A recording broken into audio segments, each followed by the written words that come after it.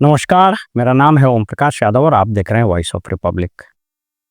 बाबा साहब भीमराव अंबेडकर को श्रद्धांजलि देने की अगली कड़ी में आपका स्वागत है। मेरे हाथ में इस संविधान की प्रति है। मैं इसको नमन करते हुए अपनी बात शुरू करता हूं। 56 में मृत्यु के बाद 1956 में जब बाबा साहब की मृत्यु हुई, उसके बाद भी उनके कई एक लेखन को, राइटिंग्स और स्पीचेस को पब्लिश किया गया। उसमें एक कार्य जो उनका एक वर्क था वो पूरा नहीं हो सका था, रेवोल्यूशन एंड काउंटर रेवोल्यूशन। उनकी मृत्यु के उपरांत महाराष्ट्र सरकार ने संभवतः 3 वॉल्यूम में उनके राइटिंग्स और स्पीचेस को संग्रहित किया है,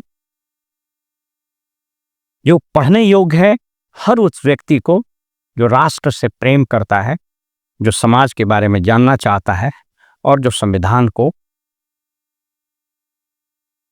वो पवित्र ग्रंथ मानता है जो हर धर्म के लोग अपने अपने ग्रंथों को मानते हैं।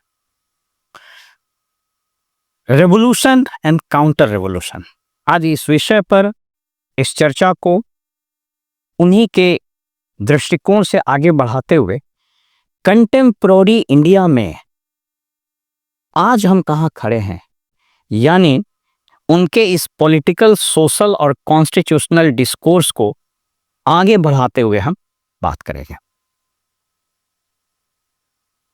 भारतीय समाज जब से सभ्यता, संस्कृति और उसके बाद इतिहास में प्रवेश किया, जब हम इतिहास बोलते हैं तब उसका मतलब होता है लिखित दस्तावेज। बाबा साहब ने 3 क्रांति और 3 प्रतिक्रांति की बात कही है, रेवोल्यूशन एंड काउंटर रेवोल्यूशन। एक एक करके समझिए। पहला रेवोल्यूशन 6ठी सदी में भगवान तथागत बुद्ध और भगवान महावीर के उदय से प्रारंभ हुआ। आप सबको पता है कि उस कालखंड में भारतीय समाज में रूढ़िवादिता, अनटचेबिलिटी यानी अस्पृश्यता, छुआछूत, भेदभाव, आर्थिक और सामाजिक असमता और न जाने कितने जबरदस्त कुरीतियां, रूढ़िवादिता समाज में व्याप्त हुआ था। और उसी समय भगवान तथागत बुद्ध और महावीर का उदय होता है। सत्य अनादि प्रवाह की ओर अग्रसर था और उसी दौर में आपको पता है उसके बाद उदयन ने पाटलिपुत्र, मगध की राजधानी में एक नवीन नगर की स्थापना की थी। बाबा साहब भगवान तथागत बुद्ध और महावीर के उदय को प्राचीन भारत की पहली क्रांति मानते हैं। ये क्रांति established brahmanical order, established superstitions, untouchability, economic, social and political inequalities के खिलाफ था। आपको पता है कि बुद्धिज्म को जो पैट्रोनेज मिला, कोई भी धर्म बगैर पैट्रोनेज के आगे नहीं बढ़ पाता है। पैट्रोनेज मिला सम्राट अशोक के समय में। सम्राट अशोक ने, आपको पता है उनके समय में बुद्धिस्ट काउंसिल भी हुई। उनके पुत्र और पुत्री ने बुद्धिज्म के प्रचार के लिए कई एक काम किए, श्रीलंका से लेकर और साउथ ईस्ट की यात्रा भी की। बाबा साहब की यह मान्यता है कि हर क्रांति को कुचलने के लिए, उसको सप्रेस करने के लिए, उसको अंडू करने के लिए एक काउंटर रेवोल्यूशन होता है।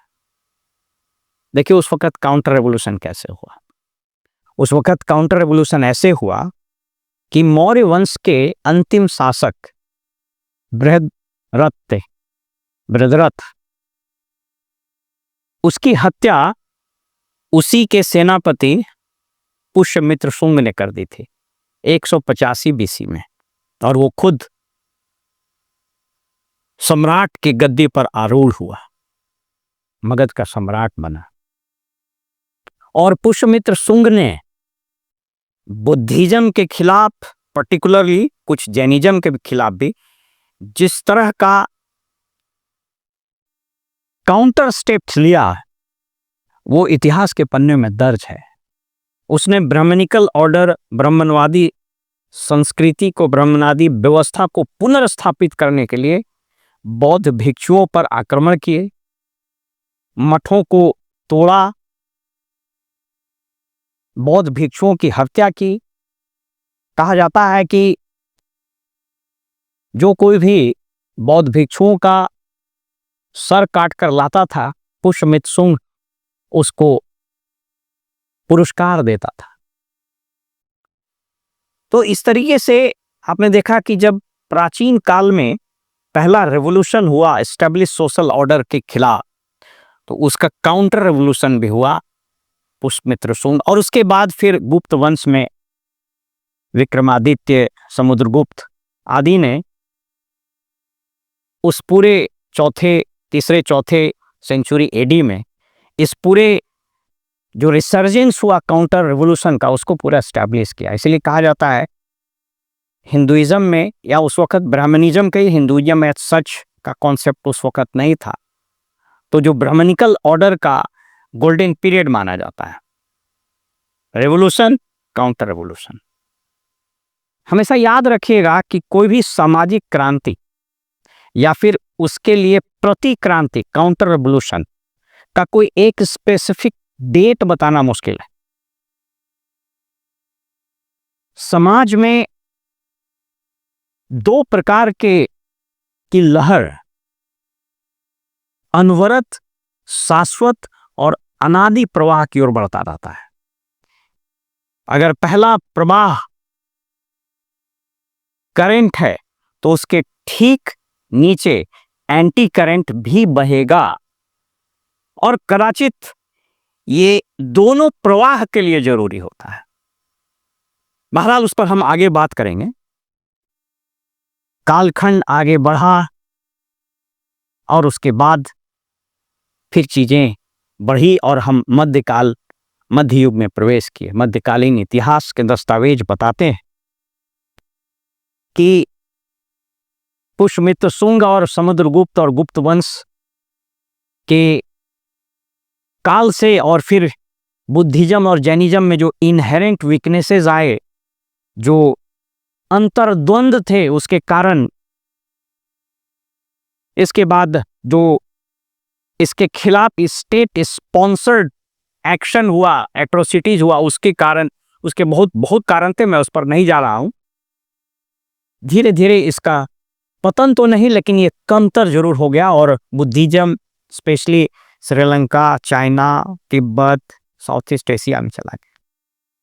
और मध्यकालीन 1300-1400 शताब्दी तक आते आते ये ब्राह्मणिकल ऑर्डर फिर से रीएसर्ट किया, रीएस्टैब्लिश किया, और फिर से वही रूढ़िवादी विचारधारा, वही अस्पृश्यता, वही असमानता, वही सामाजिक भेदभाव, ये सारी चीज हुए। अगर कभी आप चाणक्य के अर्थशास्त्र को पढ़िएगा, तो उसमें, या फिर उनकी जीवनी को भी पढ़िएगा, तो पाइएगा कि किस तरह से चंद्रगुप्त मौर्य, जो एक अभिवंचित वर्ग में पैदा लिया था, उसको आचार्य ने शिक्षा देने से मना कर दिया था। बहरहाल हम बात कर रहे थे मध्यकालीन भारत की, मिडिएवल इंडिया की। और उस दौर में जब ये मावा साहब कहते हैं कि उस दौर में जब ब्राह्मणिकल ऑर्डर फिर से बहुत मजबूत हो गया, प्रगाढ़ हो गया, जड़ता आ गई, भेदभाव, असमानता, अत्याचार, शोषण बढ़ गया, तो फिर से मध्यकालीन भारत में दूसरा रेवोल्यूशन हुआ। जी हाँ, 3 रेवोल्यूशन की हम बात करेंगे। पहला हुआ, दूसरा रेवोल्यूशन, और इस रेवोल्यूशन के नायक उस वक़्त के भक्ति मूवमेंट के कई एक संत हुए, जिसमें सबसे प्रमुख कबीर हैं। और संत हुए संत रविदास, कबीर, गुरु नानक, नामदेव, संत ज्ञानेश्वर, संत तुकाराम। ये सारे संत हुए जिन्होंने इस्टेब्लिश्ड ब्राह्मणिकल ऑर्डर को चैलेंज किया। आप कबीर को पढ़ें, आपको पता है कि मध्यकालीन भारत, मध्यकालीन इतिहास में इस्लाम का भी आगमन हो चुका था, तो उसकी रूढ़िवादिता को भी इन्होंने चैलेंज किया। पोथी पढ़ी पढ़ी जगमुआ, पंडित भया न कोई, ढाई आखर प्रेम का, पढ़े सो पंडित होए। कबीरदास ने इस दोहे से ब्राह्मणों के उस रीति पर, उस छद्म ज्ञान पर प्रहार किया कि सिर्फ पोथी पढ़ लेने से कुछ नहीं होता है।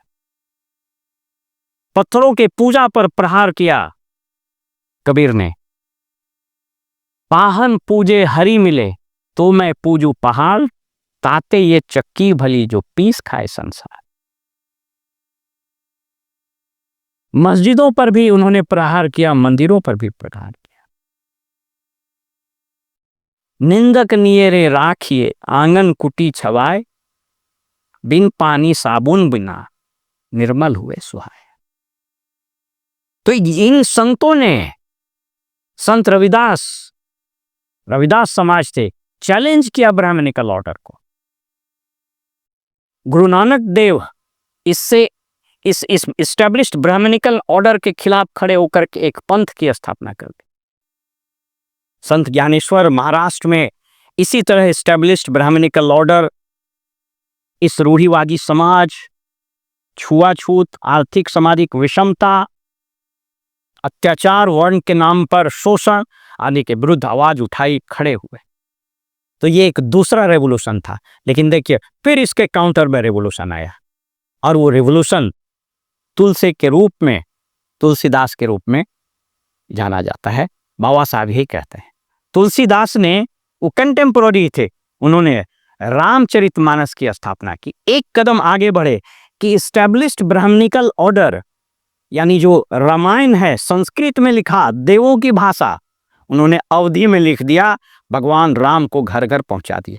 यानी ये काउंटर रेवोल्यूशन उस भक्ति मूवमेंट के, उस ट्रेंड, भक्ति मूवमेंट के उस धारा के बिल्कुल विपरीत, और उतना ही प्रभावी था, उतना ही तेज था, इंटेंसिटी और मैग्नीट्यूड में उसी स्केल पर था जिस स्केल पर भक्ति मूवमेंट शुरू हुआ।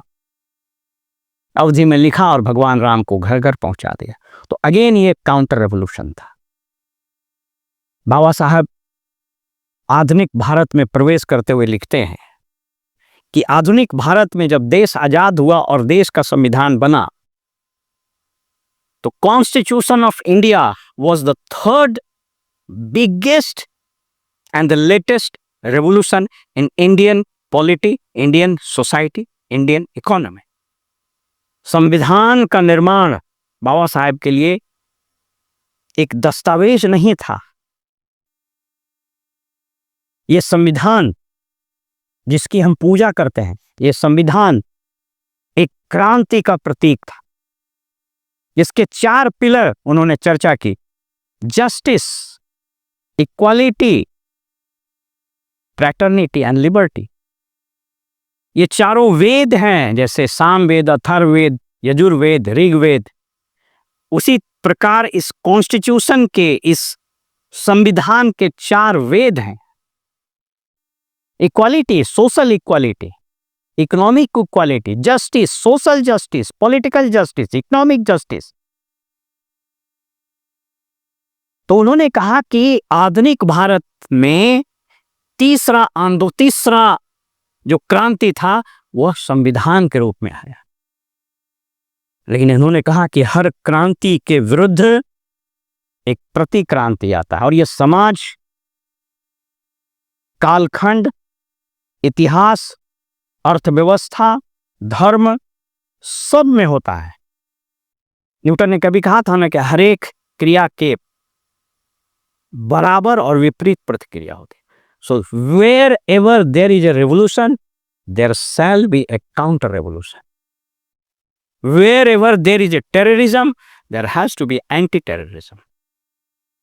सो संविधान रूपी तीसरे क्रांति के विरुद्ध, तीसरे रेवोल्यूशन के विरुद्ध काउंटर रेवोल्यूशन खड़ा हुआ। बाबा साहब ने कहा, वो यद्यपि उन्होंने आरएसएस का कभी नाम नहीं लिया, लेकिन हिंदू महासभा और इस तरह के संगठनों पर उन्होंने प्रहार करते हुए कहा कि ये वो संगठन हैं जो इस देश में social, economic equality, fraternity, liberty, इन चीजों पर प्रहार करता है। तो इसको उन्होंने तीसरा काउंटर रेवोल्यूशन किया। इस पॉलिटिकल डिस्कोर्स, इस कॉन्स्टिट्यूशनल, रिलीजियस, सोशल और पॉलिटिकल थॉट्स के डिस्कोर्स को मैं एक स्टेप और आगे लेके जाता हूं। इसको ध्यान से सुनिएगा। कहता है कि किसी भी संस्था का, किसी भी धर्म का, किसी भी सामाजिक ऑर्डर का, किसी भी व्यवस्था का जिन कारणों से उत्थान होता है, कई बार वही कारण उसके पतन के भी हो जाते हैं। अब देखिए, इस कॉन्स्टिट्यूशन, बाबा साहब ने स्वयं कहा था कि चाहे आप कितना भी बढ़िया संविधान लिख दीजिए, लेकिन अगर उसको ठीक से लागू नहीं किया गया, लागू करने वाले की मंशा अगर ठीक नहीं रही, तो अच्छा संविधान से कुछ नहीं होगा। और संविधान लिखे जाने के 74-75 साल बाद, 73 साल बाद उनकी बातें सच होनी शुरू हो गई है। ये जुडिशियल एक्टिविज्म क्या है? संविधान को, मैं याद रखिएगा कि मेरा कोर्ट के प्रति, न्यायालय के प्रति कोई अवमानना का भाव नहीं है। मैं इसको एक इंटेलेक्चुअल डिस्कशन के रूप में आपके सामने रख रहा हूं। ये जुडिशियल एक्टिविज्म क्या है? अभी हाल में एक सुप्रीम कोर्ट का एक आदेश आया जिस पर बहुत चर्चा हो रही है।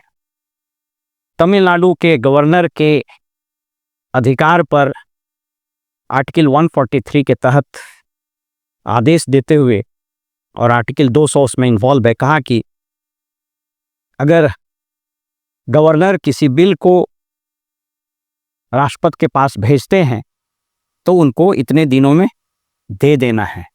एक तरह से ये रीट ऑफ मैंडमस था राष्ट्रपति के बारे में। क्यों बाबा साहब ने गवर्नर और राष्ट्रपति को इम्यून रखा था?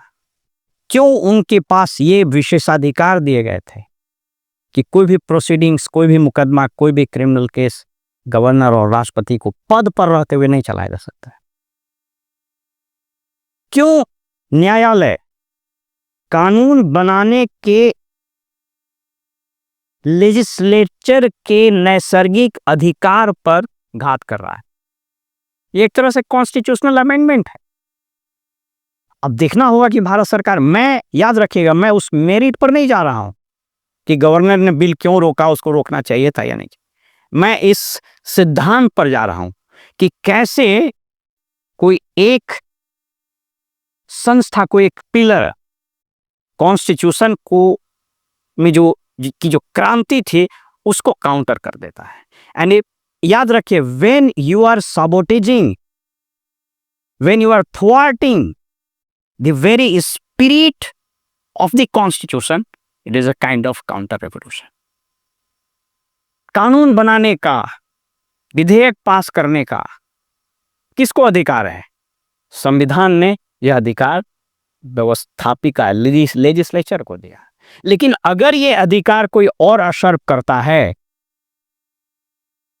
तो क्या हुआ? इसका मतलब संविधान रूपी क्रांति का वो प्रतिक्रांति है।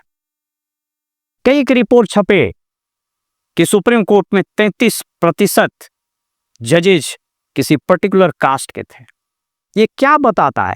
ये बताता है कि संविधान के वो 4 वेद, जिसने इस देश के हर नागरिक को स्वतंत्रता, समानता, भाईचारा और बराबरी का अधिकार दिया, उस पर कहीं न कहीं आघात लगेगा। आप इस पर विचार कीजिए कि हमारा और आपका बेटा, इस देश का सामान्य नागरिक, चाहे वो कितना भी काबिल हो, उसके हाई कोर्ट और सुप्रीम कोर्ट में जज बनने के कितने चांस है? ये काउंटर रेवोल्यूशन है। आज संविधान का स्वरूप जिसे बाबा साहब क्रांति के रूप में देखते थे, इस क्रांति के विरुद्ध प्रति क्रांति की जो आंधी चल रही है, उससे इस संविधान को बचाना। मेरा कहने का तात्पर्य यह भी नहीं है जो कांग्रेस कर रही है, मेरा तात्पर्य यह भी नहीं है कि जो अन्य कथित सेकुलर दल संविधान की प्रति लेकर घूमते रहते हैं। और जो लोग संविधान की प्रति लेकर के घूम रहे हैं, क्या उन्होंने समानता लगाया? उनकी पार्टी में समानता है? क्या उनकी पार्टी में फ्रेटर्निटी, लिबर्टी, जस्टिस है? इसलिए मैंने कहा था कि संभवतः 21वीं सदी के भारत में एक चौथी क्रांति उभर रही है और साथ ही साथ उस चौथी क्रांति के विरुद्ध प्रतिक्रांति भी उभर रही है। चौथी क्रांति क्या है? चौथी क्रांति है संविधान में प्रदत्त अधिकारों के कारण एक वैसे वर्ग का निर्माण, एक वैसे वर्ग का उदय जो उठ खड़ा हुआ है अपने अधिकारों को मांगने के लिए, जो उठ खड़ा हुआ है अपना स्थान पाने के लिए। और इस चौथे क्रांति के प्रति क्रांति के रूप में फिर वही ताकतें खड़ी हुई जो कहता है कि नहीं, सोशल जस्टिस किताबों में, इक्वालिटी भाषणों में, फ्रेटर्निटी पर्व त्योहारों में, और लिबर्टी सिर्फ और सिर्फ चंद लोगों के ड्राइंग रूम में सिमट कर रहने दो। ये प्रति क्रांति इस क्रांति को कितने दूर तक और कहां तक रोक पाएगा, इसका फैसला तो सिर्फ समय बताएगा। लेकिन यदि ये प्रतिक्रांति, यदि ये काउंटर रेवोल्यूशनरी फोर्सेस हावी हुए, तो चौथे क्रांति का जो दिया है, इसका जो मशाल प्रज्वलित होने की कोशिश कर रहा है, संविधान में दिए गए अधिकार के कारण जो वर्ग अभिवंचित था उसमें पंख लगे हैं और वो उड़ान भरने की कोशिश कर रहा है, इस परवाज को ये काउंटर रेवोल्यूशन के तत्व उसके पर को कतर देंगे। ये फैसला हमको और आपको ही लेना है। आपको ये विचार कैसा लगा हमें जरूर लिखें। हमें आपके फीडबैक्स, आपके कमेंट्स और आपके सुझाव का इंतजार रहेगा। फिलहाल हमें इजाजत दीजिए और आप देखते रहिए वॉइस ऑफ रिपब्लिक। नमस्कार।